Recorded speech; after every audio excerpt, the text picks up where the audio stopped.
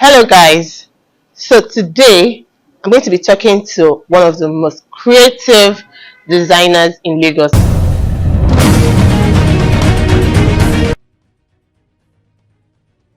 Hello. How are you? My name is Oyetola Oluwabukola, and I'm the creative director of Gbaraniyi Fei, GBF Lagos. Is it that you do just ready to wear, and you have a wide of service that you provide, so let's know what are the services that you provide. Okay, so right now I cater to brides. Yeah. And mostly brides, although I do wedding dresses, reception dresses, photo shoot dresses, birthday outfits. Who is the most memorable bride that you've ever worked with? There was this bride. So we started having some issues with communication, and then agreeing on the design and everything. And the thing was, the bride would not come into the country. She came in and she was like, the robe, this is not the color I wanted. I don't want off-white. Wow. And that came from a miscommunication. And then I started thinking, what are we going to do? Because this is like 250 yards. Oh, wow. Net. Wow. So what are we going to do with this? Did you just say 250 yards? Yes. Oh. So we what are we going to do with that? And I thought, let's dye it to white. So it was white.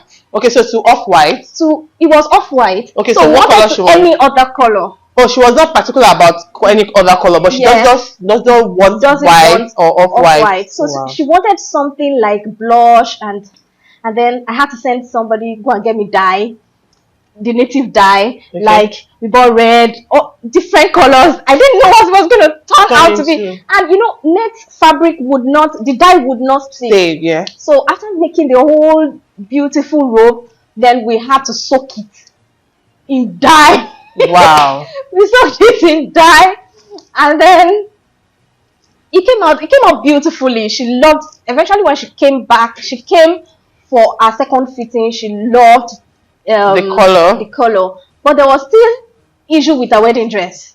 Wow. In the sense that I had already, because she was kind of micromanaging, and we already had issues, so I was nervous. My brain wasn't delivering, and then she was like, "No, this is not there yet. It's not what I wanted." She's not feeling herself. Yeah, I wasn't feeling it too, and she very calm bride, really. Okay. It was just the miscommunication. So she was like, "I believe you can turn it around," and then like a day to our wedding, we turned it around.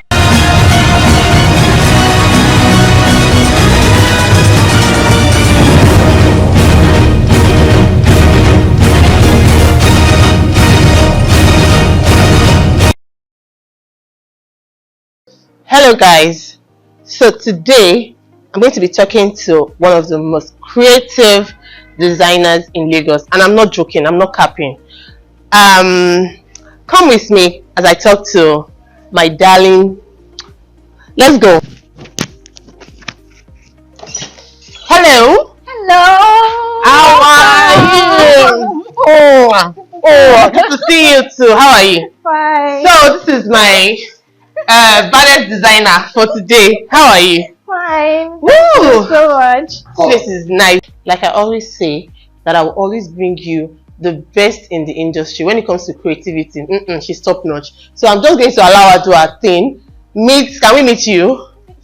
Thank you very much. So my name is Oyetola Oluwabukola, and I'm the creative director of Gbaraniyi Fei, GBF Lagos. Okay. So I went to Olabisi Anabanjo University, and I studied biochemistry. Oh wow.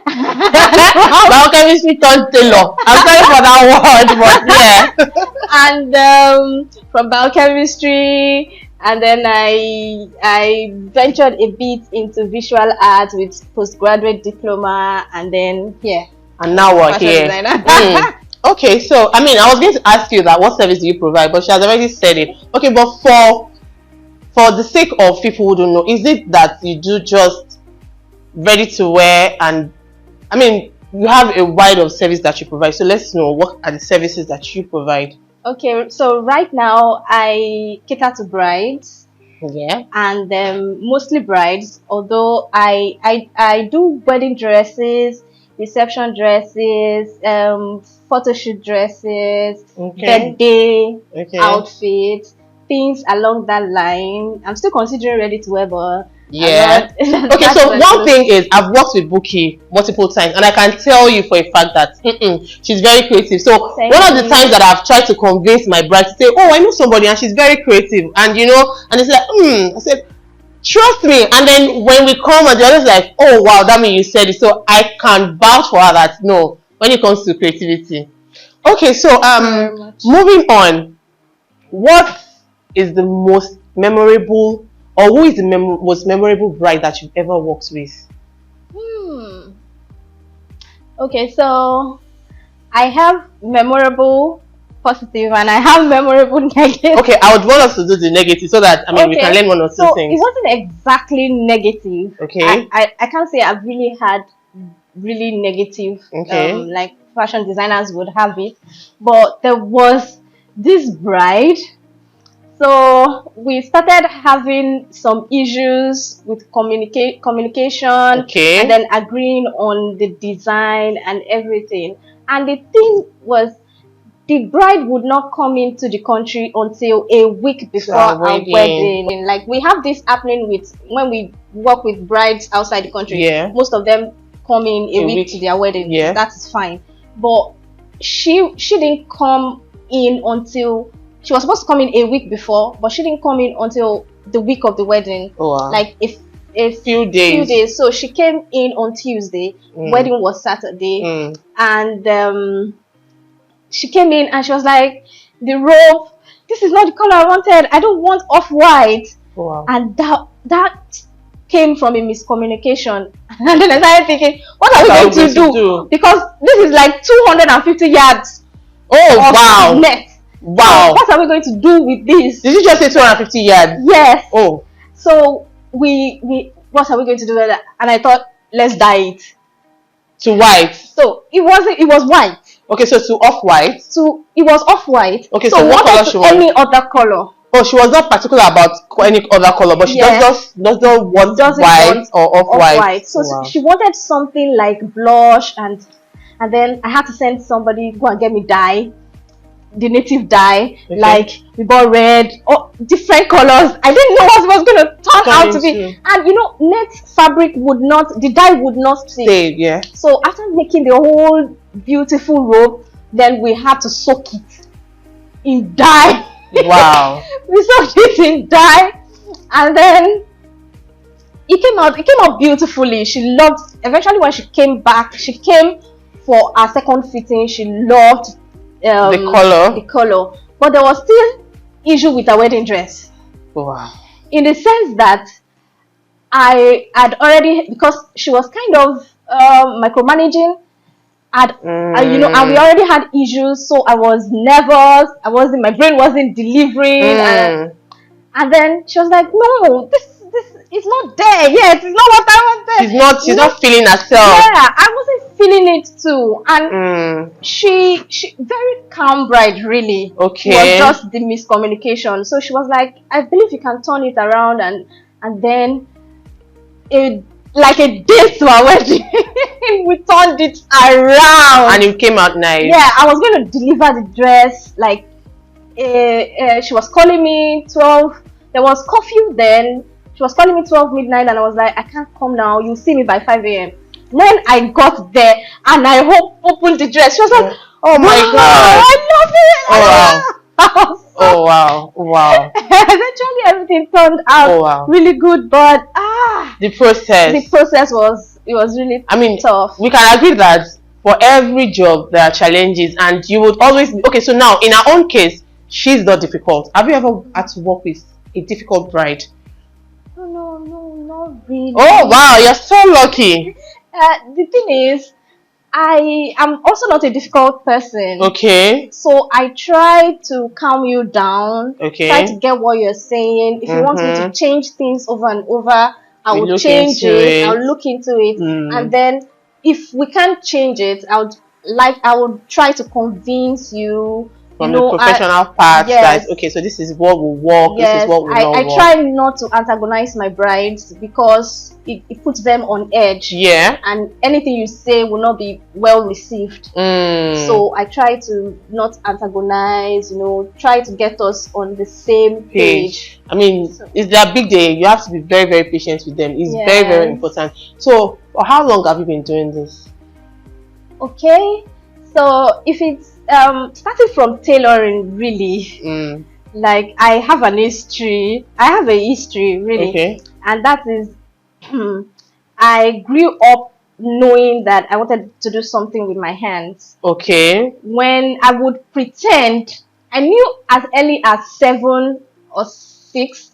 I didn't know exactly what I was going to do, but I knew I was going to do something with my hands. Your hands. Like most kids they had daycare. Yeah. My own daycare was a tailor's shop. Oh. My aunt was training. So I grew up around it, and then when I started going to primary school, I would get back from school and then go to the tailor's shop. I would even sit on the staircase with my sister, with my elder sister, and then she would pretend like the client, and I would cut papers. Can you see? She already knew what she was. I mean, that's a very beautiful one. You know what you wanted to do, and then you follow that path. Yeah. That's so beautiful. So I would cut papers into dress styles, and then I would stitch it with this black elastic rubber hair. Then I would stitch it with that, and then she would pretend like the client, and then say, really, wow. That kind of thing. So early enough, I knew how to use a sewing machine since I was like 11. And then I went to a state university, and then with all the strike action, I felt like there was something in me that I needed to bring out. So I went into tailoring, and then I went into my late grandma's wardrobe and I started cutting her fabric. Oh wow. that's some audacity. But they were not there. She has been dead for 4 years. Okay, so they were not doing anything with it, with the fabric. So I worked on everything, and then I went into my Alawi. I was living in university. At a point, I was living off my sister because I would have used my own money allowance to buy materials to work on, and then eventually I bought my own sewing machine. And my parents were not even. Of course, they are not going to some yes. No, they don't want. They see it as tailor. Like no. Even when I was a kid, I knew that I had to pretend when they asked me, "What do you want to become?" Doctor. I knew I wasn't going to become a doctor. But the narrative has changed now. People are enrolling their children in all these creative schools. So it's a good thing. So then I eventually, after school and service, and I thought that this was what I wanted to do, I started in, I think it was 2016.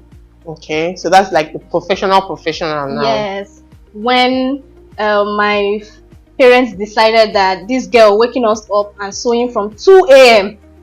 wasn't going to work for them, so they decided to make a small shop at the back of the house in the compound. So as they came through, they supported you. Yeah, so I started taking on clients from then, started doing the tailoring, and that's it. Oh, that's so. So it's safe to say that it's been an amazing journey. Yeah, a fun one. if you were not doing this, what would you have done, or what would you be doing?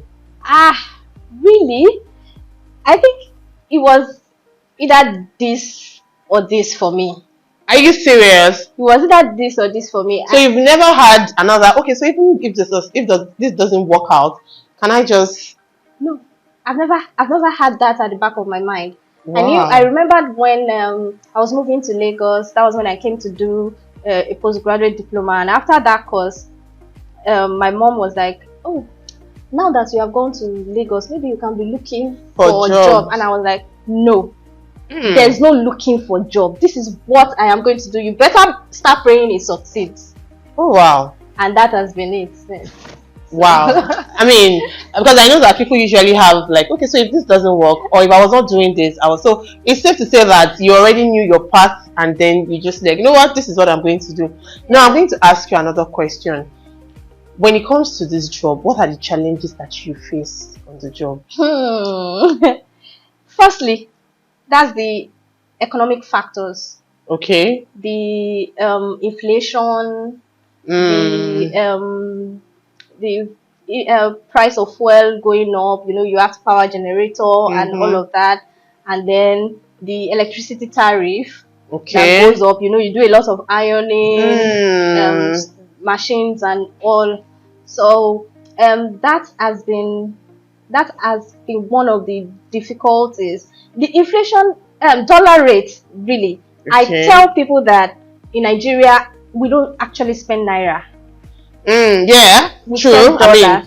Especially as a fashion designer, most of the things we use are not produced in the country. Yeah. Even those that are probably you buy adire and you know it's made in the country, but what of the actual fabric? That the adire manufacturer used in making the adire. The fabric is probably from China or somewhere. Probably Ankara. Ankara is not even our native fabric. It was adopted. So all of those things, you know, the dollar rate, you find out that you are, whatever you're buying, trimmings, fabrics, you are buying from people that actually purchased in dollars. So everything is high. So that kind of thing. And then there is the getting skilled workers. Okay, so this is one thing that is constant. Everybody says it, that staffing is a challenge. Yes. I am this year it started a bit rough on that aspect, but it has been beautiful so far.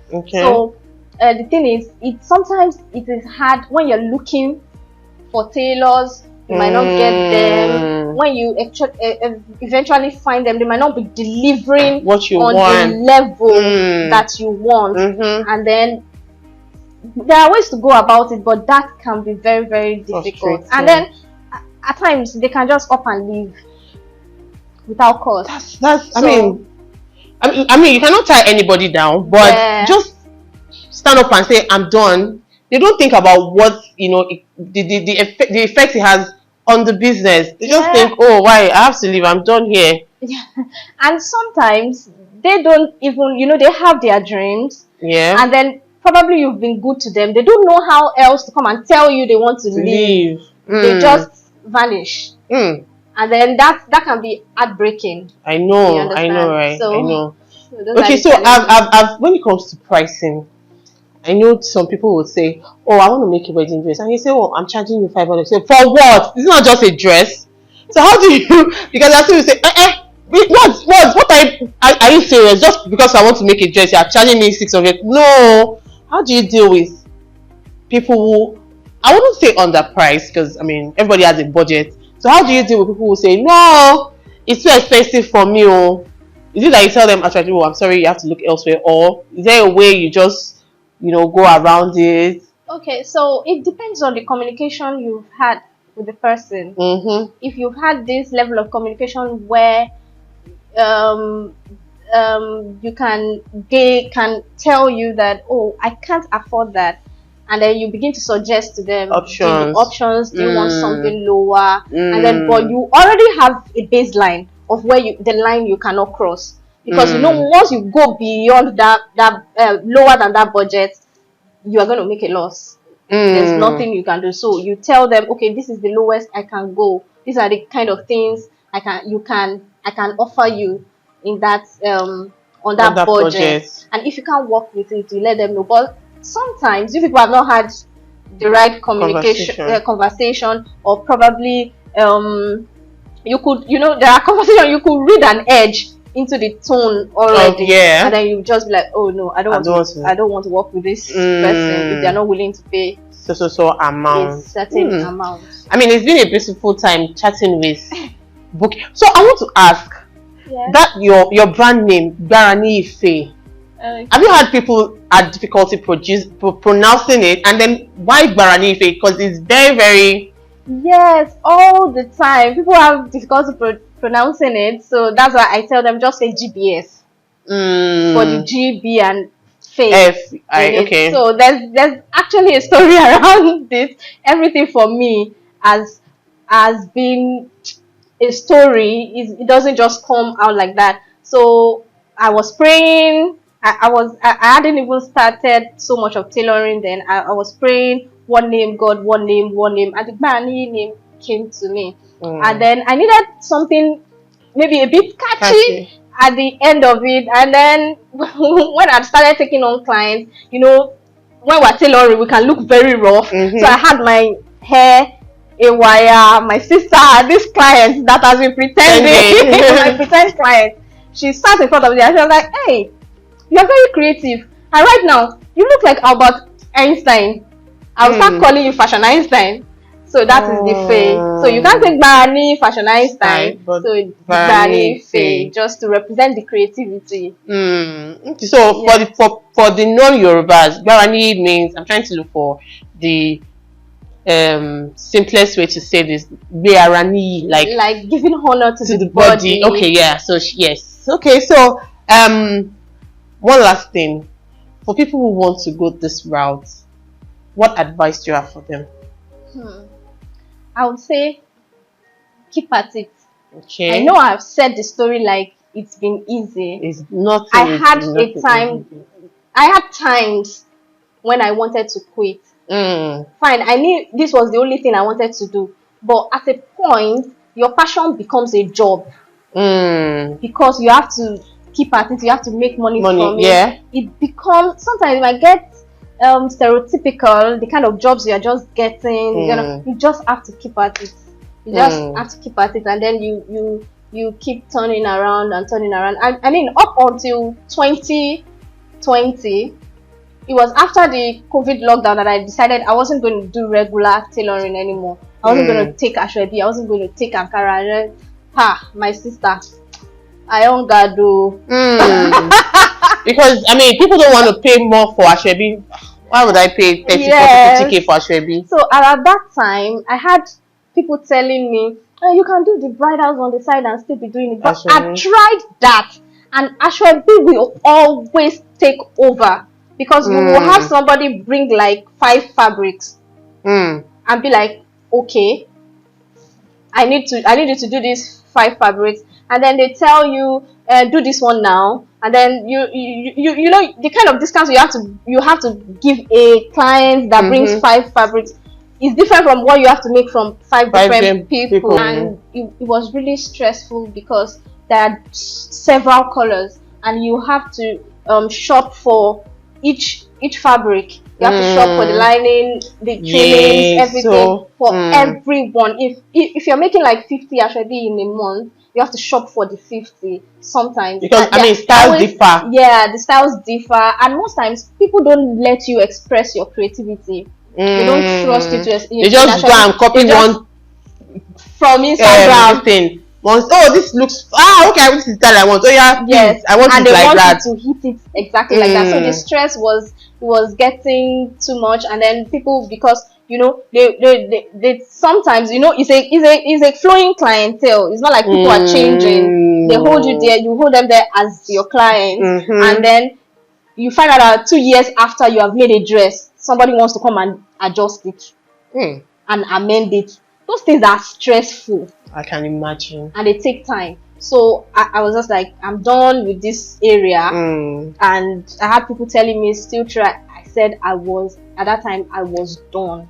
And then I moved to bridal. For a while before I started having the clients and referrals, things were dry. I will not lie. So I mean, it's not going to be all rosy when you start. You have your humble beginning days. Like you have to I don't even know how to put it, because I've been there. I know what it takes to be like, months and nobody is saying, what do you do there? What do you do there? It's crazy. So, it's crazy. All right, thank you so much, Buki, for having us here. I mean, I had a very amazing time talking to you. So, following you on social media, please tell us your social media. And yeah, so our Instagram handle is at Gbaraniyi.Fei, and you can check out GBF Lagos. That will be easier to remember, GBF Lagos, and it will bring Gbaraniyi Fei, and then you can click on that. And I think you should really watch that space this year, so you can check us out there. Things are going to be happening this year, like bang bang bang bang. You want to watch that space. We have a lot of sketches we're going to begin working on, and you're going to be impressed. See, when it comes to impressions, giving lasting impressions, no, I give it to her. Oh, thank you. Yeah, I give it to her. So thank you so much. I hope you enjoyed this episode. Till I come your way, my name is Damilola, Creative Director at 2017 Events. Bye.